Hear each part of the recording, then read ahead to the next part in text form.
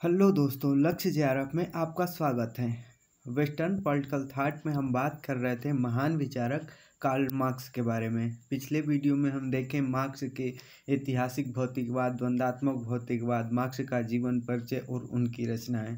अब बात करते हैं मार्क्स के अतिरिक्त मूल्य सिद्धांत के बारे में। तो वीडियो को शुरू करने से पहले चैनल को सब्सक्राइब कर लें।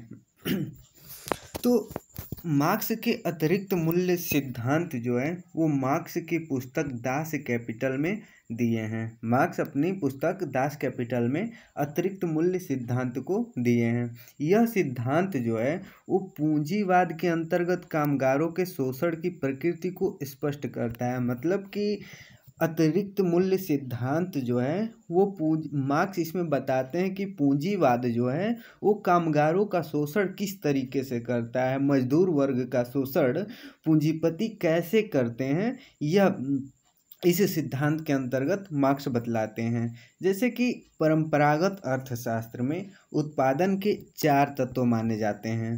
वो 4 तत्व कौन कौन से हैं? भूमि, श्रम, पूंजी व संगठन।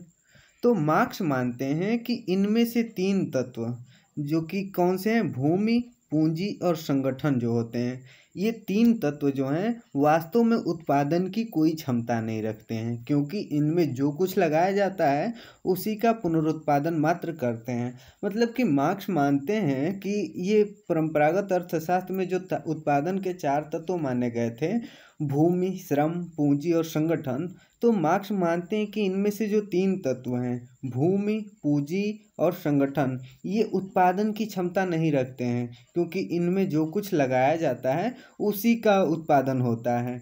केवल मार्क्स कहते हैं कि केवल श्रम ही ऐसा तत्व है जो समाज के मूल्य का उत्पादन करता है। मतलब कि मार्क्स कहते हैं कि ये भूमि, पूंजी या संगठन है, इसमें श्रम मिलाने से ही मूल्य का उत्पादन होता है, इसमें श्रम मिलाने से ही लाभ मिलता है। अतः श्रम ही मूल्य का वास्तविक स्रोत है। मार्क्स मानते हैं कि जो श्रम होता है, मेहनत होती है, मजदूरी होती है, वही जो है वास्तविक स्रोत है, मूल्य का वास्तविक स्रोत है।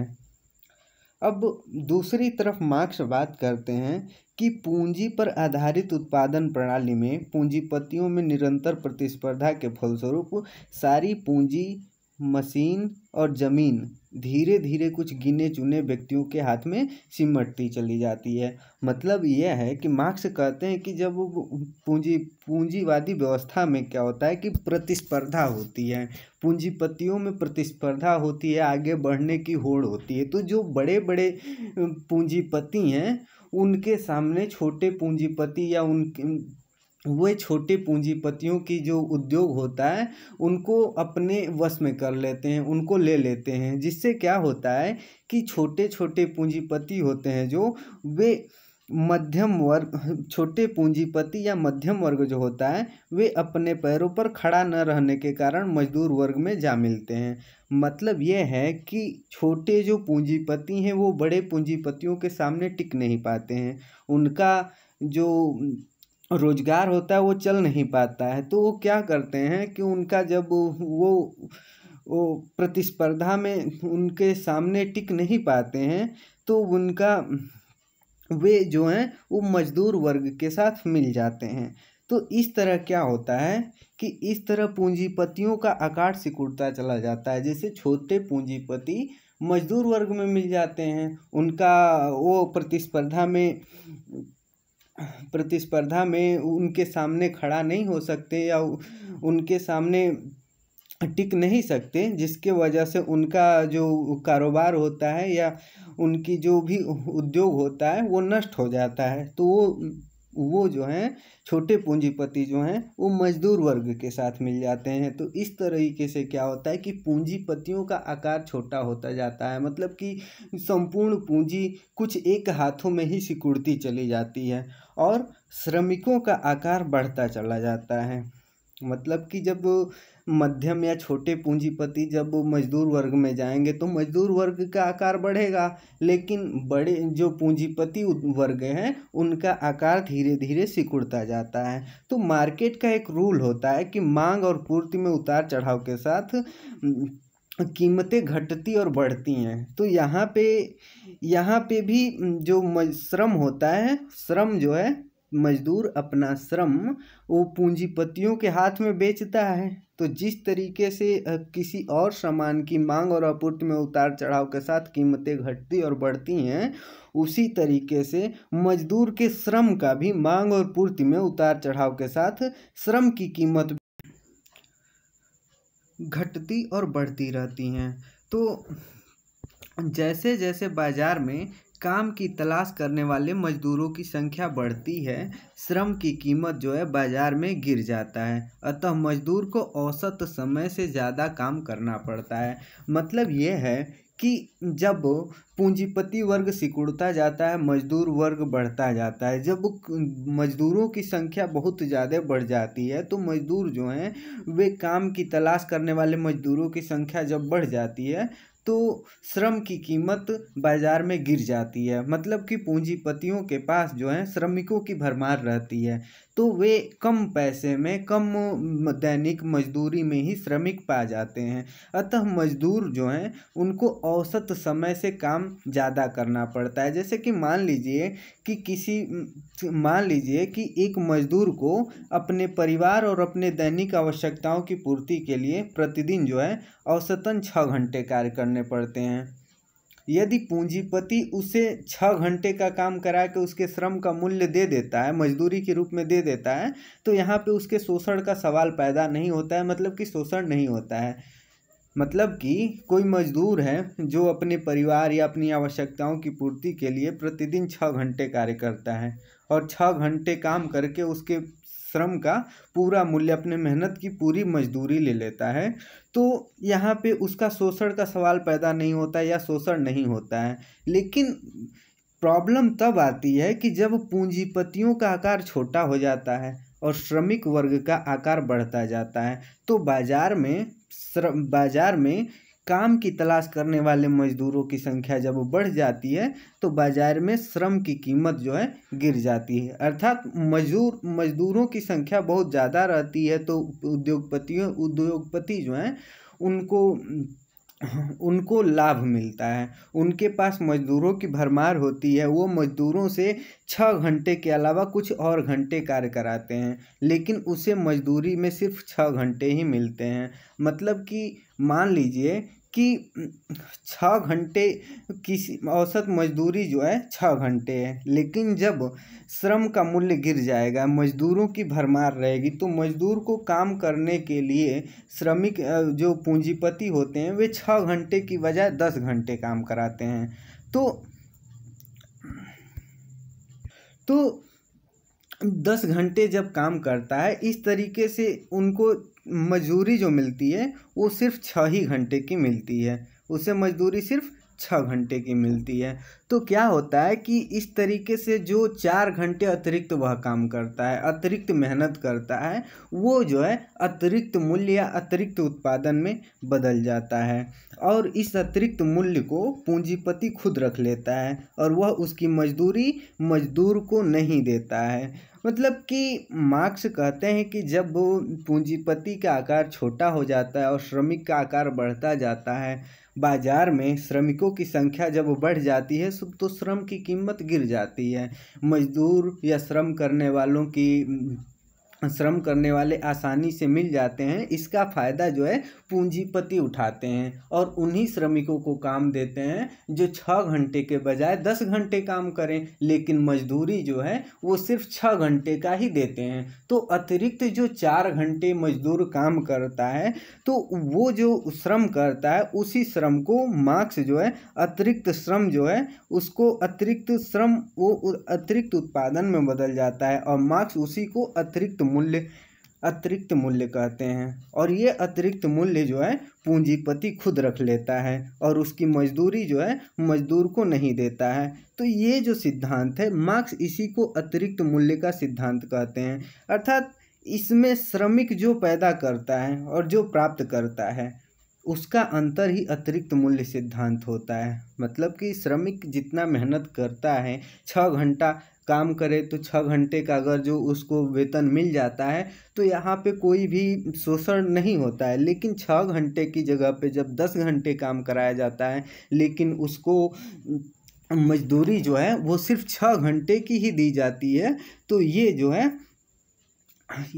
है ये अतिरिक्त मूल्य या यहाँ पे जो मजदूर होते हैं उनका शोषण होता है। जैसे कि किसी वस्तु की कीमत 50 रुपये है, पूंजीपति श्रमिक को इस वस्तु के उत्पादन के लिए मात्र 10 रुपया देता है और शेष 40 रुपया अपने पास रख लेता है, तो 40 रुपया क्या हो गया? अतिरिक्त मूल्य हो गया। तो मार्क्स मानते हैं कि इस अतिरिक्त मूल्य के कारण ही श्रमिकों का शोषण हुआ है।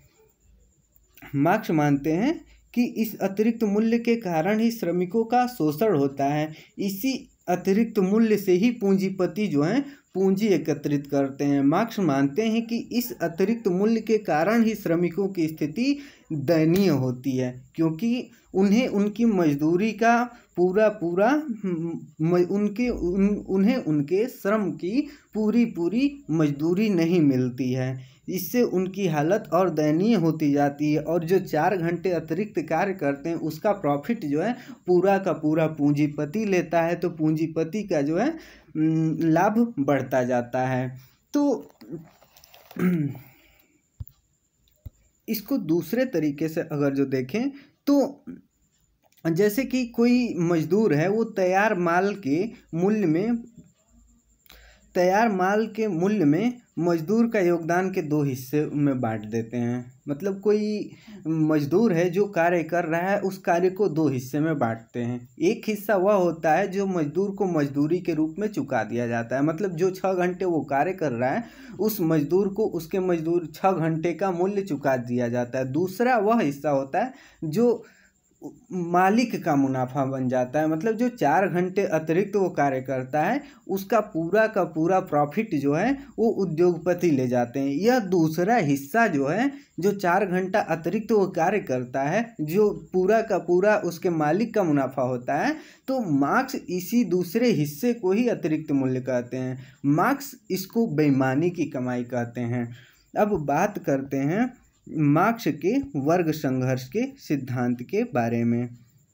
तो वर्ग संघर्ष का सिद्धांत जो है वो मार्क्स का वर्ग संघर्ष सिद्धांत जो है मार्क्स के ऐतिहासिक भौतिकवाद के साथ जुड़ा हुआ है। जैसे कि वर्ग संघर्ष, इसका अर्थ क्या है? वर्ग संघर्ष का अर्थ है धनवान और निर्धन वर्गों का संघर्ष। मतलब कि मार्क्स समाज के 2 वर्गों में बांटते हैं, एक बुर्जुआ वर्ग मतलब धनवान वर्ग, एक सर्वहारा वर्ग जो कि निर्धन वर्ग होता है। इसमें धनवान वर्ग या बुर्जुआ वर्ग जो है उत्पादन के प्रमुख साधनों का स्वामी होता है, मतलब कि उसके पास उद्योग या उद्योग धंधे सबका मालिक जो है वो बुर्जुआ वर्ग रहता है। निर्धन या सर्वहारा वर्ग जो है अपने जीवन निर्वहन के लिए अपने श्रम की क्षमता पर आश्रित रहता है, मतलब कि वो मेहनत मजदूरी करके ही अपने जीवन निर्वहन करता है। यहाँ पे धनवान वर्ग के आकार में तो बहुत छोटे होते हैं, लेकिन वह अपनी आर्थिक शक्ति के इर्द गिर्द राजनीतिक शक्ति का ताना बाना बुन लेते हैं। मतलब कि जो धनवान वर्ग होते हैं वे जो उद्योगपति हैं या जो बुर्जुआ वर्ग है वे संख्या में तो बहुत छोटे हैं, आकार में तो बहुत छोटे होते हैं, लेकिन वे अपनी आर्थिक शक्ति के इर्द गिर्द वो राजनीतिक शक्ति मतलब एक राजनीतिक माहौल बना लेते हैं जहाँ पे जैसे जो भी राजनीतिक शक्तियाँ हैं जैसे पुलिस, जेल या शासन प्रशासन जो है ये कौन बनाता है? ये बुर्जुआ वर्ग या धनवान वर्ग बनाता है। किसके लिए? अपनी आर्थिक हितों की पूर्ति के लिए, अपने आर्थिक संपत्ति की रक्षा करने के लिए। तो मार्क्स और एंजल्स जो हैं अपनी प्रसिद्ध पुस्तक कम्युनिस्ट मैनिफेस्टो जो कि 1848 में आया था में कहते हैं कि अब तक का सारा इतिहास जो है वर्ग संघर्ष का इतिहास रहा है। मतलब कि मार्क्स मानते हैं कि आज तक का जितना भी इतिहास रहा है सब में वर्गों में संघर्ष रहा है, वर्ग संघर्ष का ये इतिहास रहा है। मतलब कि मार्क्स अभी तक के 6 ऐतिहासिक चरण बतलाते हैं, जैसे कि आदिम साम्यवादी युग, दास युग, सामंती युग, पूंजीवादी युग और अब समाजवादी युग और साम्यवादी युग। मार्क्स मानते हैं कि अब तक के जो इतिहास रहे हैं, मतलब कि आदिम साम्यवादी युग, दास युग, सामंती युग और तत्काल में मार्क्स के टाइम में पूंजीवादी युग। तो मार्क्स मानते हैं कि जो भी इतिहास है वो वर्ग संघर्षों का इतिहास रहा है। जैसे कि आदिम साम्यवादी युग में तो कोई वो प्रॉब्लम नहीं थी, लेकिन दास युग में देखते हैं कि वहाँ पे दास और स्वामी के बीच जो संघर्ष होते रहे हैं। सामंतवादी युग में देखते हैं कि सामंत और किसानों के बीच वर्ग संघर्ष रहा है। और यहीं पे अगर जो पूंजीवादी युग में देखें तो यहाँ पे उद्योगपति और मजदूर वर्ग का संघर्ष रहा है। तो मार्क्स मानते हैं कि वर्ग संघर्ष, यह वर्ग संघर्ष जो है ये तब तक जारी रहेगा कि जब तक स्वयं कामगार वर्ग जो है वो समाज की बागडोर नहीं संभाल लेता। मतलब यह है कि मार्क्स मानते हैं कि यह वर्ग संघर्ष जो है ये तब तक चलता रहेगा जब तक जो है गरीब शोषित वर्ग हैं, जो कामगार वर्ग हैं, जो मजदूर वर्ग हैं, जो ये वर्ग जो हैं ये जब तक कि समाज की बागडोर अपने हाथों में नहीं ले लेते, जब तक उत्पादन के प्रमुख साधनों पर सामाजिक अधिकार नहीं कर लेते हैं, तब तक ये संघर्ष जो है चलता रहेगा। जब सब लोग कामगार बन जाएंगे, जब सब लोग एक बराबर में आ जाएंगे तो ये संघर्ष खत्म हो जाएगा।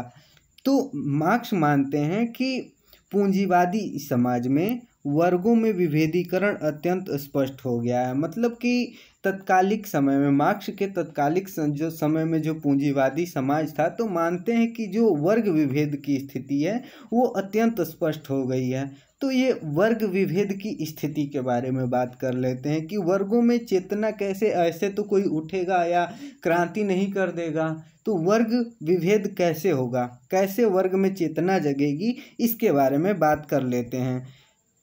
तो मार्क्स मानते हैं कि जब क्या होता है कि जब मार्केट में प्रतिस्पर्धा होगी, उद्योग जगत में प्रतिस्पर्धा होगी, तो सारी पूंजी और जो ज़मीन है वो धीरे धीरे गिने चुने लोगों के हाथ में चली जाएगी। मतलब कि जो उद्योगपति हैं उनका आकार सिकुड़ता चला जाएगा और जो छोटे उद्योगपति हैं या जो मध्यम वर्ग हैं वे अपने पैरों पर खड़ा नहीं रह पाएंगे और इस कारण से वे कामगार वर्ग में जा मिलेंगे। मतलब कि वे भी मजदूर वर्ग में हो जाएंगे, जिसके परिणाम स्वरूप क्या होगा कि पूंजीपति वर्ग का आकार छोटा होता चला जाएगा और कामगार वर्ग का जो आकार है वो बढ़ता चला जाएगा।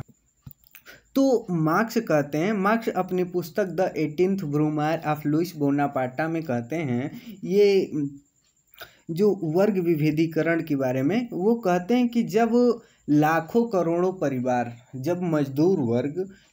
जब लाखों करोड़ों परिवार या मजदूर वर्ग ऐसी आर्थिक परिस्थितियों में रहते हैं जहाँ पे उनकी जीवन पद्धति, जो जीने का तरीका है, उनके जो हित हैं, उनकी जो संस्कृति है अन्य समूहों से पृथक होती है, अन्य समूहों से मतलब जो पूंजीपति हैं उनसे अलग होती है, तो वे क्या करते हैं कि वे उस समूह का घोर विरोध करते हैं। मतलब कि पूंजीपतियों का घोर विरोध करते हैं।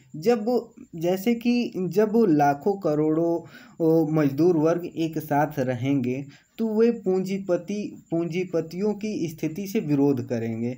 तो ऐसे क्या होगा कि उनमें एकता की भावना जगेगी और आर्थिक परिस्थितियाँ जो हैं उसमें लोग पहले झुंड में काम करते हैं, तो इससे भी होता है। और पूंजी का जो प्रभाव है इस झुंड के लोगों को एक जैसी परिस्थिति पैदा कर देगी। मतलब जो मजदूर वर्ग हैं वे दरिद्रता में जो जीवन बिताते हैं तो उनमें उनके मन में एक असंतोष की जो भावना है, वो सभी मजदूरों के मन में असंतोष की भावना जो है वो उनको एकजुटता में ला देगी। इसमें जैसे कि बहुत सारे लोग एक जैसी परिस्थिति में हो जाते हैं, तो क्या होता है कि जब परिस्थितियां एक समान होती हैं बहुत सारे मजदूरों की या लोगों की, तो उनके हितों में भी समानता आ जाती है और इस तरीके से वे अपनी इस स्थिति से, मतलब जब उनके हितों में समानता आ जाती है, वे अपनी स्थिति से, अपनी दरिद्रता के प्रति सजग हो जाते हैं और वे अपने शत्रु को पहचान लेते हैं कि उनकी ये स्थिति क्यों है। तो ऐसी स्थिति में वे हैं जब वर्ग चेतना स्पष्ट हो जाती है तो वर्ग संघर्ष अत्यंत तीव्र हो जाता है। मार्क्स मानते हैं कि जब मजदूर वर्ग की चेतना जो है स्पष्ट हो जाएगी, वे जान जाएंगे कि उनकी स्थिति ऐसी क्यों है, वे अपने शत्रु को पहचान लेंगे, तो वर्ग संघर्ष की स्थिति जो है वो तीव्र हो जाएगी। तो इस तरीके से पूंजीपति या वर्जुआ वर्ग, कामगार या सर्वहारा वर्ग के बीच संघर्ष की सीधे संभावना हो जाएगी। तो यहाँ पे तब क्या होगा कि सर्वहारा वर्ग जो है, मतलब जो मजदूर वर्ग हैं, वे अपनी विशाल जनसंख्या और सुदृढ़ संगठन के बल पर मुट्ठी भर पूंजीपतियों को धराशायी कर देंगे। मतलब कि जब मजदूर वर्गों में चेतना आ जाएगी कि उनकी स्थिति क्यों ऐसी क्यों है, वे अपने दुश्मन को पहचान लेंगे। जब उनमें वर्ग चेतना आ जाएगी तो वे संघर्ष के, उनमें जो संघर्ष की भावना रहेगी, वर्ग संघर्ष जो है वो बहुत ही अधिक तीव्र हो जाएगा। तो क्या करेंगे ये सर्वहारा वर्ग हैं या जो मजदूर वर्ग हैं, वे अपनी विशाल जनसंख्या और सुदृढ़ संगठन के बल पर जो मुट्ठी भर, मतलब कि थोड़े बहुत जो पूंजीपति होते हैं जिनके हाथों में सारी शक्तियां हैं, उनकी शक्तियों को छीन लेंगे, उन्हें धराशायी कर लेंगे। तो इस तरीके से मार्क्स कहते हैं कि लुटेरों को लूट लिया जाएगा। मतलब कि जो उन गरीब मजदूरों का जो शोषण करते हैं, गरीब मजदूर उन उद्योगपतियों या उन पूंजीपतियों का शोषण कर लेंगे। तो मार्क्स कहते हैं कि जब सर्वहारा की विजय के बाद उत्पादन के प्रमुख साधनों पर सामाजिक स्वामित्व में रखकर पुराने पूंजीपतियों को कामगार बन जाने के लिए विवश किया जाएगा। मतलब कि मार्क्स कहते हैं कि जब ये क्रांति के द्वारा वो सर्वहारा वर्ग जो है क्रांति करेगा और पूंजीपतियों से उनकी संपत्ति छीन लेगा, उनको लुटेरों को लूट लिया जाएगा। मतलब कि पूंजीपति जो आज तक उनको लूटते आए हैं उनको लूट दिया जाएगा। तब मार्क्स मानते हैं, जो वो अपने ऐतिहासिक युग की बात करते हैं, तो मार्क्स जब पूंजीपति वर्ग को लूट लिया जाएगा तो इस समय जो परिस्थितियां उत्पन्न होंगी या इस समय जो युग आएगा, मार्क्स उसको समाजवादी युग कहते हैं। तो इसमें क्या है कि जो सामाजिक स्वामित्व जो रखे रहते हैं, यानी जो पुराने पूंजीपति हैं, उनको कामगार वर्ग बनने के लिए विवश किया जाएगा, उनको मजदूर बनने के लिए विवश किया जाएगा। इस अवस्था को मार्क्स जो है समाजवाद की संज्ञा देते हैं। मार्क्स जो है इस अवस्था में राज्य का स्वरूप जो है मानते हैं कि राज्य का स्वरूप है वो पूर्व की तरह उत्पीड़नकारी होगा। इसमें पूंजीपतियों का उत्पीड़न होगा, निर्धन या शोषित वर्गों का नहीं। मतलब यह है कि जब सर्वहारा वर्ग क्रांति करेगा और पूंजीपतियों को नष्ट कर देगा, तो जो समाज बनेगा या जो युग आएगा वो समाजवादी युग आएगा। समाजवादी युग में क्या होगा, राज्य का स्वरूप तो वैसे रहेगा जैसे पूंजीपति अपने राज्य का स्वरूप बनाए हैं, वो राज्य का स्वरूप वही रहेगा, लेकिन उस पर अधिकार किसका होगा, उस पर अधिकार मजदूर वर्ग का होगा। और मजदूर वर्ग क्या करेंगे, इसमें भी उत्पीड़न करेंगे। जैसे पूंजीपति उस युग में पूंजीपति जो हैं वे निर्धन या मजदूर वर्गों का उत्पीड़न करते थे, इसी तरह जो है मजदूर वर्ग जो हैं पूंजीपतियों का उत्पीड़न करेंगे, उनकी संपत्ति को सामाजिक संपत्ति बनाएंगे और सामाजिक संपत्ति बनाएंगे। तो इस तरीके से जो है ये क्या है कि समाजवादी युग रहा। इसमें क्या है, समाजवाद में प्रत्येक व्यक्ति जो है वो अपनी योग्यता के अनुसार कार्य करेगा और कार्य के अनुसार प्राप्त करेगा। और जब पूंजीपतियों का साम्राज्य ढह जाएगा, समाज के सभी सदस्य उत्पादन करने वाले बन जाएंगे, दूसरों के श्रम पर पलने वाला कोई नहीं होगा, तो वर्ग विभेद मिट जाएगा और वर्ग विहीन समाज का उदय होगा। मार्क्स वर्ग विहीन समाज को साम्यवादी समाज कहते हैं। मार्क्स कहते हैं कि जब समाजवादी युग रहेगा, मतलब कि जब पूंजीपतियों का साम्राज्य ढह जाएगा, पूंजीपति मिट जाएंगे, खत्म हो जाएंगे, तब समाज के सभी सदस्य जो हैं उत्पादन करने वाले बन जाएंगे। मतलब जो मजदूर है वो जो मजदूर था वो मजदूर ही रहेगा, जो पूंजीपति थे वे भी मजदूर वर्ग में शामिल हो जाएंगे। तो इस तरीके से क्या है कि जो वर्ग विभेद था वो वर्ग विभेद मिट जाएगा। दूसरों के श्रम पर पलने वाला कोई नहीं होगा। दूसरों के श्रम पर पलने वाले का मतलब जैसे पूंजीवादी युग में श्रम कौन करता था? श्रम तो मजदूर करते थे, लेकिन उसका प्रॉफिट जो है वो पूंजीपति ले जाते थे। यानी कि पूंजीपति जो हैं वे श्रमिकों के श्रम पर पलते थे। तो इस व्यवस्था में क्या है कि दूसरों के श्रम पे कोई पलने वाला नहीं होगा, क्योंकि सभी जो हैं सभी काम करेंगे, सभी श्रमिक रहेंगे, सभी मजदूर वर्ग रहेंगे। तो इस तरीके से दूसरों के श्रम पर पलने वाला कोई नहीं होगा और वर्ग विभेद मिट जाएगा। और जब वर्ग विभेद मिट जाएगा तो ऐसे वर्ग विहीन समाज का उदय होगा, और उस वर्ग विहीन समाज को मार्क्स जो है साम्यवादी समाज कहते हैं। तो ये जो समाज है, ये जो युग है, ये साम्यवादी युग होगा। मार्क्स मानते हैं कि अब तक के इतिहास में जिस वर्ग ने शोषणकर्ताओं से सत्ता छीनी, कालांतर में वह स्वयं शोषणकर्ता बन गया। मतलब कि मार्क्स मानते हैं कि आज तक के युग में या आज तक के इतिहास में जितने भी परिवर्तन हुए, जिस भी वर्ग ने शोषणकर्ताओं से सत्ता छीनी, प्रत्येक युग में तो दो विरोधी संघर्ष होते रहे हैं, लेकिन जो भी शोषित वर्ग रहा है, अगर जो वो सत्ता छीनता था तो कालांतर में मतलब कि बाद में वे खुद ही शोषणकर्ता बन जाता था और फिर से परिवर्तन हो जाता था।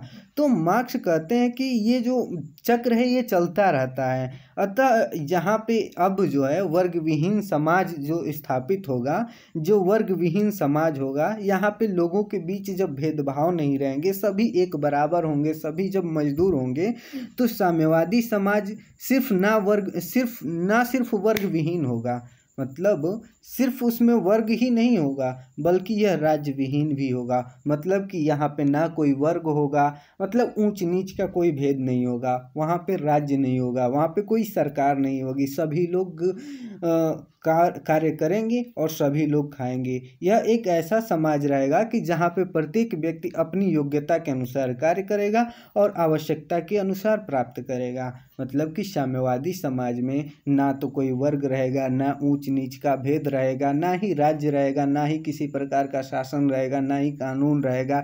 ये ऐसा समाज रहेगा जैसे आदिम साम्यवादी युग में लोग मिलजुल कर रहते थे, वहाँ पे कोई किसी से विभेद नहीं था।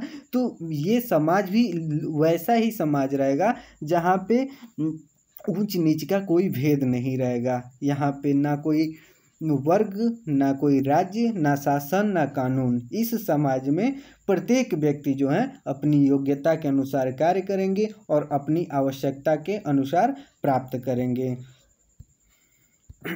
अब बात करते हैं मार्क्स के वर्ग क्रांति के सिद्धांत के बारे में।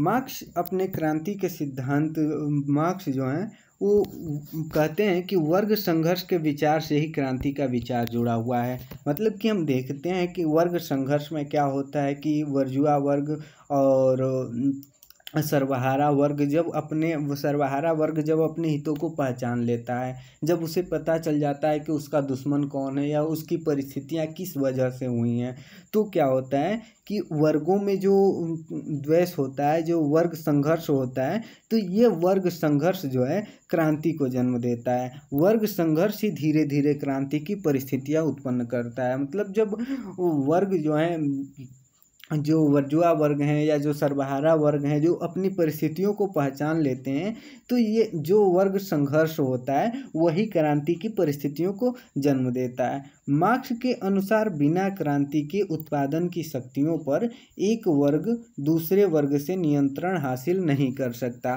क्योंकि मार्क्स मानते हैं कि जब संपत्तिशाली वर्ग को उत्पादन की शक्तियों पर नियंत्रण होता है तो वह अपने लाभ के लिए उसे स्वेच्छा से कभी नहीं छोड़ेगा। इसीलिए संपत्तिहीन वर्ग जो हैं वो उत्पादन की शक्तियों पर नियंत्रण करने के लिए संगठित होकर क्रांति करे। मतलब कि मार्क्स कहते हैं कि बिना क्रांति के शक्तियों पे अधिकार नहीं हो सकता, क्योंकि जो शक्तियों में बैठे हुए हैं, जो सत्ता में बैठा हुआ है, जिनके पास शक्ति है, जो उद्योगपति वर्ग हैं या जो भी शासक हैं, वे कभी अपनी शक्ति को नहीं छोड़ेंगे, क्योंकि वह उनसे उनका लाभ है। तो शासन या शक्ति को छीनने के लिए, आर्थिक स्थिति पे कंट्रोल करने के लिए मजदूर वर्गों को क्या करना पड़ेगा? क्रांति ही करना पड़ेगा। बिना क्रांति के वे शक्ति पे अधिकार नहीं कर सकते हैं। क्रांति की संभावना तब उत्पन्न होती है जब व्यवस्था के अंतर्विरोध अपने चरम पर होती है। मतलब कि मार्क्स कहते हैं कि क्रांति तभी होती है जब अंतर्विरोध अपने चरम अवस्था पे हो। मतलब कि पूंजीवादी युग को ही देख लीजिए, उसमें क्रांति तब तक नहीं होगी जब तक मजदूरों में जो अंतर्विरोध है, मजदूर जो हैं वो संगठित नहीं होंगे। मजदूर जब तक संगठित नहीं होंगे, जब तक अपने शोषणकर्ताओं को पहचानेंगे नहीं, तब तक वो जो है क्रांति नहीं हो सकती है। मार्क्स आगे कहते हैं कि क्रांति का अर्थ जो है सत्ता का हस्तांतरण नहीं, बल्कि समाज के आर्थिक व्यवस्था में परिवर्तन लाकर संपूर्ण समाज की व्यवस्था को बदलना है।